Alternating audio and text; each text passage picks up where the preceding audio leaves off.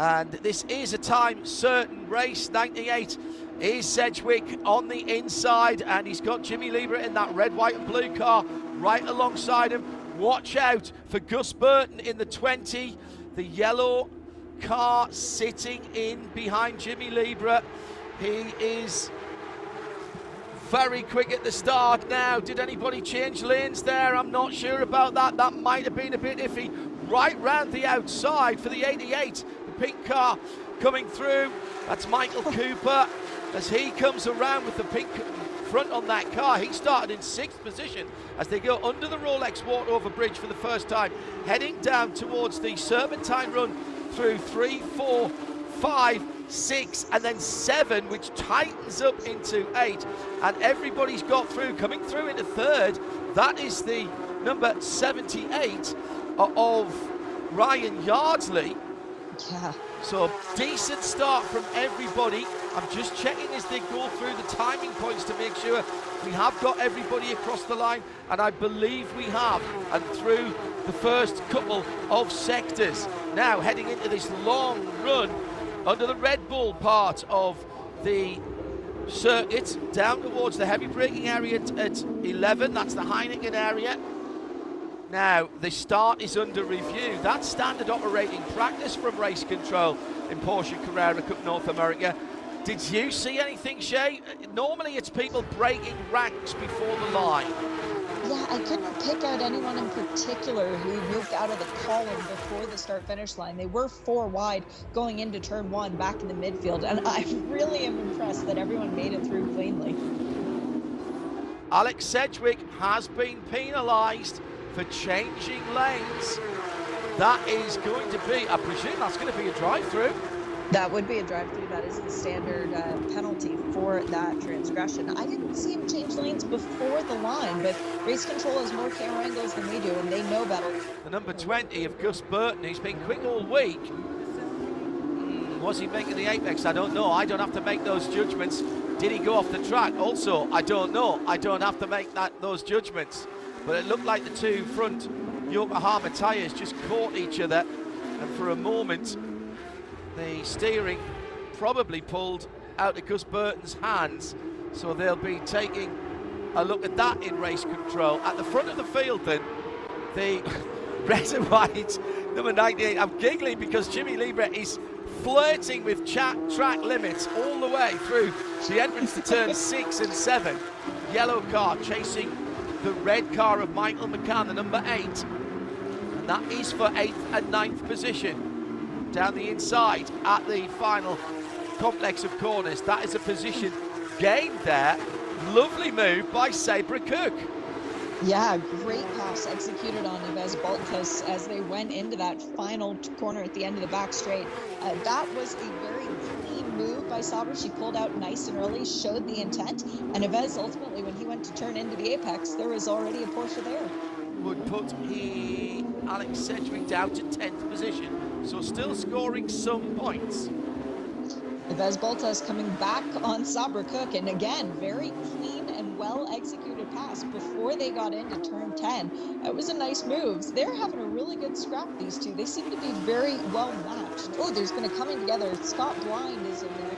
Now, who is that with him? Blind is the 45, the bright yellow car, also in there as well. The number 22 is about to reverse out, I think. That's Di Casada. Peter Ludwig, which is exactly how it should be. Well, let's see, another incident going into that, the turn at the end of the back straight. That was Mark Kwame who was spun around. So that will give some breathing room to Chris Belomo at the head of the Masters class. Was that, no, it wasn't Madeline Stewart who spun around Kwame. Turn 17. I think he might have gone on his own there. 38.4 the track temperature now, Celsius. That's dropped down from well over 40. Oh, up the inside by Horton as they go under the transit bridge, onto the long straight leading down to the final corner. And that's a new second place. Check that. That's a new leader, effectively, because that red and white car is 10 seconds back down the field after that jump start. Hartog then, 2 second place on the road, leads the motor race with 16.5 minutes to go. Here comes Lieber round the outside into turn 17. Gus Burton is there, Vanier's there, Cooper and Clark are coming as well. We're going to have 6 battling for the last 16 or so minutes. This is the top 7 cars on the racetrack within 5 seconds of one another. This isn't a 1 or 2 car scrap for the lead. This is everybody. And at this point in the race, in this point in the season, nobody cares about championship points. They just want to win in front of the front row crowd. Around goes Jimmy Libra. Hits the wall on the driver's left-hand side as they were starting the lap now. Can he get it pointing in the right direction? There's damage, I think, to the right rear. Yeah, that car's done. We've already seen him drop now further down the field. I think he was just too hard on the... Ah, no, there was a touch. Oh. There was a touch with Gus Burton. Oh, Gus and that's Burton. the second time for Gus Burton that he's been involved in contact with another car. I don't think you can blame Gus for that because Jimmy's right up on the curb. What a heartbreak for Jimmy Libra, hometown hero in effect, who was looking to try and get his best ever series finish, maybe a podium, maybe that top step of the podium. Now he's watching the rest of the field drive by. So in the classes then, it's a win in Masters for Mark Varmey in the number 43 car from Chris Belomo in the 68, and in third it's Tom Balamis in the number 19 in Pro-Am. Efren Castro is going to win it at the front of the field. Alex Sedgwick, excuse me, will cross the line first as the safety car pulls into the pit, but his 10-second penalty is going to drop him down. So it will be the number 24. And I noticed Luke Hartog right there. The safety car stayed out, actually, and didn't pull into the pit lane. And I wonder if that was just because they didn't want Alex to shoot away. That 10-second penalty is going to push him down to 17th position. 98 and 88 on that front row there. Michael Cooper with the pink colour. He will get a little bit of an advantage if he can hold on to the outside, because the first braking area is a big left-hander. Can he make that one work? Here we go, green flag, and we are counting down at Miami for round 4 of the IMSA Porsche Carrera Cup North America, presented by Yokohama. 1, 2, 3 wide, and the pole sitter gets swamped going through into turn 1. Zach Vanier comes through, and there's the almost inevitable schmozzle into turn 1. I can see already somebody's broken a radiator in the middle of that, but at the front of the field, it was a phenomenal start, and already that number 9 of Zach Vanier for JDX, the black and silver car, which Shea will be supporting, A, because he's a Canadian, and B, because it's black and silver, because she's a Raiders fan.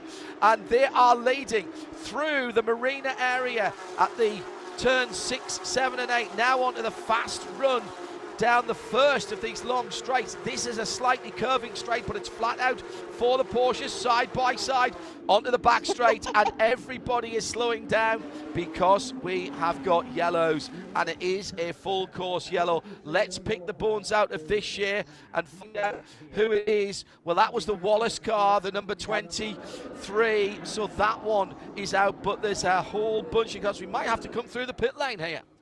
Accoutrements go flying there, so let's see if we can work out where all that started. Right at the back, okay, there it is. That's the mistake early on, and I'm afraid to say that's Madeline who kicked all that off. And Pro-Am is Moise Uretsky leading that at the moment in that number 44. 3 wide, right in the middle of that, the number 20 of Gus Burton is the yellow car, and once again in the Hard Rock Hook, there's all kinds of lines and into the wall. Oh, disaster for the number 64 of Dan Clark, who has gone off. Now, the marshals are scrambling. It's a reasonably long lap here, 3.3 miles. That's not going to drive. We're going to go straight back to yellow here. Oh, we had an incident in qualifying there, John, for David Tuati that ultimately took him out of the weekend, as yes, the yellows are flying once again. And we are back to green flag racing, and we have got through that tight first section, which makes me slightly more convinced. And here's the pass for the lead down the inside into the Hard Rock hook. Oh, off the circuit though by the number 98 red, white and black car of Sedgwick. He's going to have to give that back. He's going to have to give that back. It looked like a good move, but he couldn't make the apex and couldn't stay between the white line share. No, he couldn't, but he's not giving the position back, and we don't know how race control is enforcing track limits in this race. We don't know if that was fair game for the Porsche Carrera Cup North America, whereas it might be off limits for Formula One. Alex Sedgwick is our race leader, though, at the moment. He led all of yesterday, had it taken away post-race because of the penalty that was enforced. Alex Sedgwick wants this win more than I think he wants Christmas. Right in there as well, well inside the top 10. That's going to be another good finish for Sabre if she can hold on to this. The leaders are side by side. Now, is this the place being given back? I think it is. I think that's really smart work from Alex Sedgwick. He's just put the fastest lap in of 57.892 on the lap where he took the lead. But I think he's redressed there, and I think that's sensible. With 2 minutes and 8 seconds to go, he does not want another penalty. But I don't think, well, he didn't get assistance from Peter Ludwig. He's retired in the pit of course, lane. yes. Sorry, yeah. Yeah, you're absolutely right. It was. Yeah, that was a good move by Sedgwick to give the position back, because that would have been overturned by race control.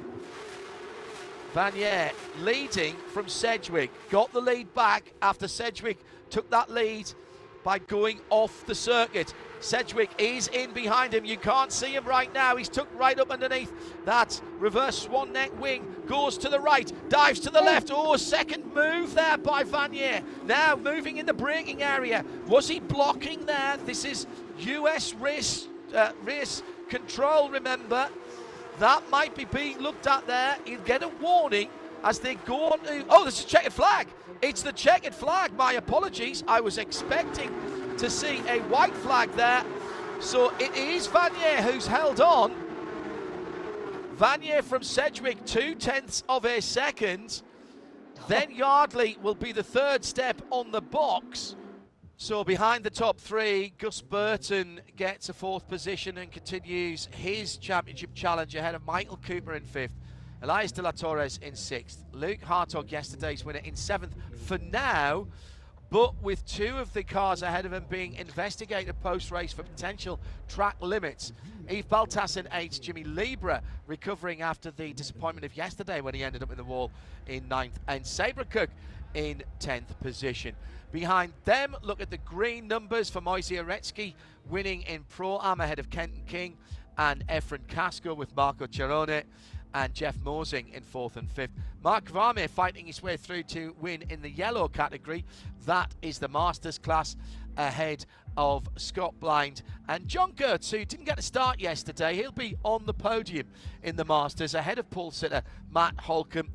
Beyond that, a lot of people who had problems or who were tied up in the various incidents